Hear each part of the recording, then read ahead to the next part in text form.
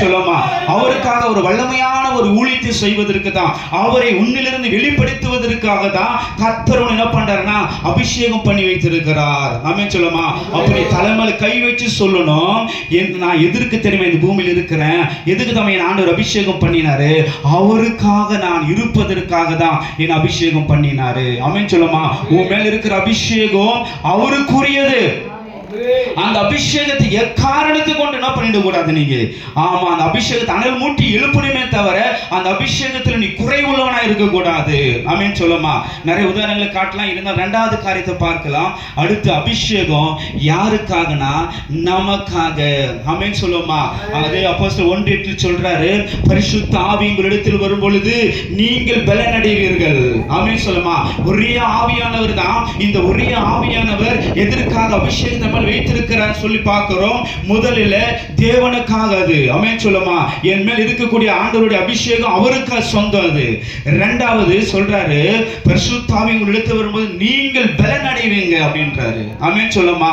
அப்ப என்ன அர்த்தம்னா, இந்த அபிஷேகத்தை எதற்கு தேவன் உங்களுக்கு கொடுக்கிறார்னா நீ பலன் அடையணும். ஆமென் சொல்லுமா. ஆமா, மனுஷனுக்கு ரெண்டு பலன் முக்கியமாய் தேவைப்படுகிறது. ஒன்று சரீர பலன், இரண்டாவது ஆவிக்குரிய பலன். ஆமென் சொல்லுமா.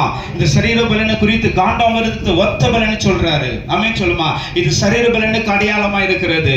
ஆனா ஆவிக்குரிய பலன் கர்த்தருக்கு காத்திருக்கிற புது பலனுடைய கழுகுகளை போல எழுபறி சொல்றாங்க பாரு, இது ஆவியானவர் கொடுக்கிற அபிஷேக பலன். ஆமென் சொல்லுமா. இந்த அபிஷேகம்னா அது நமக்காக, நம்ம ஓன் காரியங்களுக்காக, நம்ம ஆவிக்குரிய விஷயத்துல நம்ம வளருவதற்காக, நாம் பலனடைவதற்காக தான் ஆண்டவர் நம்மளுக்கு அபிஷேகத்தை கொடுக்கிறாரு. ஆமென் சொல்லுமா. ஆமென் சொல்லுமா. நாம பலன் அடையணும், நம்ம கிறிஸ்துவுக்கு ஆவிக்குரிய காரியத்தில் பலன் அடையணும், உலக பிரகாரமான ஆசீர்வாதங்களை நம்ம வளர்ந்து போகணும். அதற்காக தேவன் என்ன பண்றானா நம்மளுக்கு அபிஷேகத்தை கொடுக்கிறார் என்று பார்க்கிறோம். அதே போல எபேசியர் 4:30 படிங்க. எபேசியர் 4வது அதிகாரம் 30 சீக்கிரமா. எபேசியர் 4:30 அன்றியும் மீட்கப்படும் நாளுக்கென்று முத்திரையாக பெற்ற தேவனுடைய பரிசுத்த ஆவியை துக்கப்படுத்தாதீர்கள். இப்ப பாருங்க, இந்த பரிசுத்த ஆவி எதுக்கு சொல்றாருன்னா மீட்கப்படும் நாளுக்கென்று நம்மளுக்கென்று துக்கப்பட்டது முத்திரை போலயா. ஆமென் சொல்லுமா. பாப்பா வாலி பாப்பா என்ன கவனி, என்ன பார்க்கணும். அப்ப அபிஷேகம் முதல்ல தேவனுக்கு, இரண்டாவது இந்த அபிஷேகம் எதற்குன்னா நமக்கு, நம்ம பலன் அடைவதற்காக. இரண்டாவது எபேசியர் 4:30 சொல்றாரு, மீட்கப்படும் நாளுக்கென்று முத்திரையாய் கொடுக்கப்பட்டது. ஆமென் சொல்லுமா. இந்த ஆவியானவர் என்ன செய்யறாருன்னா, நம்ம எத்தனையோ பேருக்கு ஆண்டவர் பத்தி ஊழியம் செய்யலாம், எவ்வளோ பேருக்கு ஆண்டவர் பத்தி சொல்லலாம், ஆனா எல்லாருக்கும் சொல்லிட்டு நம்ம ஆத்மா நரகத்தில் போயிட கூடாது. அப்ப நம்ம ஆத்மா மீட்கப்பட நாளுக்காக முத்திரையாய் கொடுக்கப்பட்டதுக்கு தான் பரிசுத்த ஆவியானவரா. ஆமென் சொல்லுமா. அப்ப நம்முடைய பலனுக்காக, நம்முடைய ஆசீர்வாதத்துக்காக, நாம் பரலோகத்திற்கு போவதற்காக தேவன் நம்மளுக்கு என்று கொடுக்கப்பட்டு, நம்ம ஆசீர்வாதத்துக்காக கொடுக்கப்பட்டது தான் இந்த பரிசுத்த ஆவியானவராய் இருக்கிறாரு. ஆமென் சொல்லுமா. ஆமென் சொல்லுங்க. பாருங்க, இந்த அபிஷேகம் எவ்வளவு காரியங்களை பிரிஞ்சு எத்தனை விதமான காரியத்தை நம்மளுக்குள்ளிருந்து தேவன் செய்ய அவர் திட்ட வைக்கிறார் என்று பாருங்க. ஆமென் சொல்லுமா. முதல்ல இந்த அபிஷேகம் என்றால் தேவனுக்கு அது. இரண்டாவது நாம் பலனடைஞ்சு நாம் பரலோகத்தில் அவருடைய பிள்ளையாய் இருப்பதற்காக தான் ஒரு முத்திரையா நம்மளுக்கு கொடுக்கிறாரா. ஆமென் சொல்லுமா.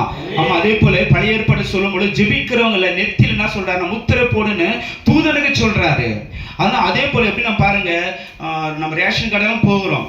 அப்ப ரேஷன் நம்ம போறோம்னா நம்மளுக்கு என்ன வேணும், ரேஷன் கார்டு தேவைப்படுது.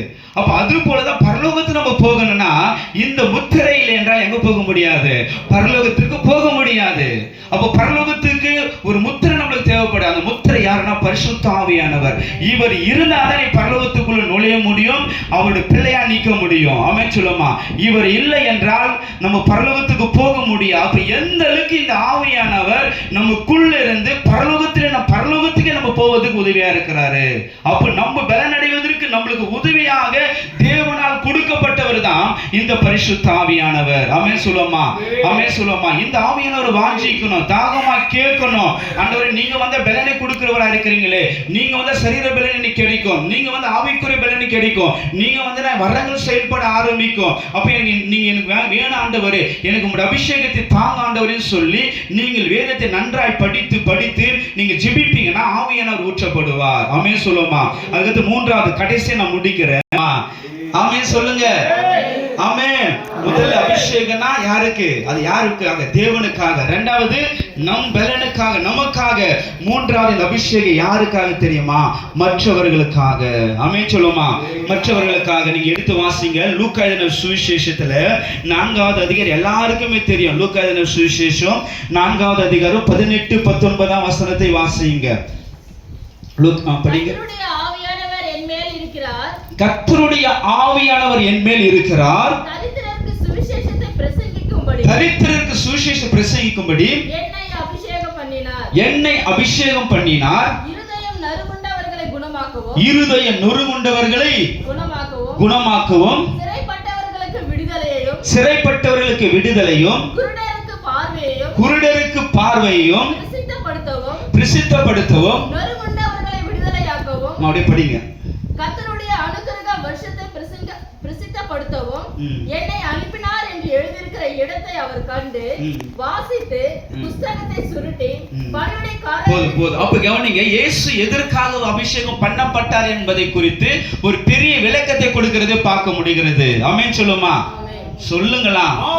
ஆமா, இயேசு நான் எதுக்காக அபிஷேகம் வந்தாரு, எதுக்காக அவர் அபிஷேகம் பண்ணப்பட்டார் என்பது குறித்து ஒரு பெரிய விளக்கத்தை கொடுக்கிறாரு. அல்லேலூயா. அப்ப கர்த்தர் ஒண்ணு எதுக்கு அபிஷேகம் பண்ணினார் என்பதற்கு கூறிய விளக்கத்தை கொடுக்கிறாரு. இருதயம் நொறுங்குண்டவர்கள், அல்லேலூயா, கட்டப்பட்டவர்கள், அல்லேலூயா, நோய் உள்ளவங்க, வியாதி உள்ளவர்கள் எல்லாரும் விடுதலை ஆப்பதற்காக தான் கர்த்தர் நம்மள அபிஷேகம் கொடுத்திருக்கிறாரு. ஆமென் சொல்லுமா. இந்த அபிஷேகம் தேவனுக்கு, இந்த அபிஷேகம் உன்னுடைய பலனுக்காக. இந்த அபிஷேகம் என்ன பண்ணுதுன்னா உன்னுக்குள் இருந்து மற்றவர்களுக்கு. ஆமென் சொல்லுமா, ஆமென் சொல்லுமா. அதே போல நீங்க வாசிங்க ஏசாயா தீர்க்கதரிசன புத்தகத்துல இருக்குதுல்ல, ஏசாயா தீர்க்கதரிசன புத்தகம் 61வது அதிகாரத்துல 1-3 வரையிலும் வாசித்தீங்கன்னா இன்னும் அழகா சொல்லப்பட்டிருக்கிறது. ஏசாயா 61:1-3 வரையிலும் வாசிங்க சீக்கிரமா. கர்த்தராகிய தேவனுடைய ஆவியானவர் என் மேல் இருக்கிறார், சிறுமைப்பட்டவர்களுக்கு சுவிசேஷத்தை அறிவிக்க கர்த்தர் என்னை அபிஷேகம் பண்ணினார். இருதயம் நொறுங்குண்டவர்களுக்கு காய கட்டுதலையும், சிறைப்பட்டவர்களுக்கு விடுதலையும்,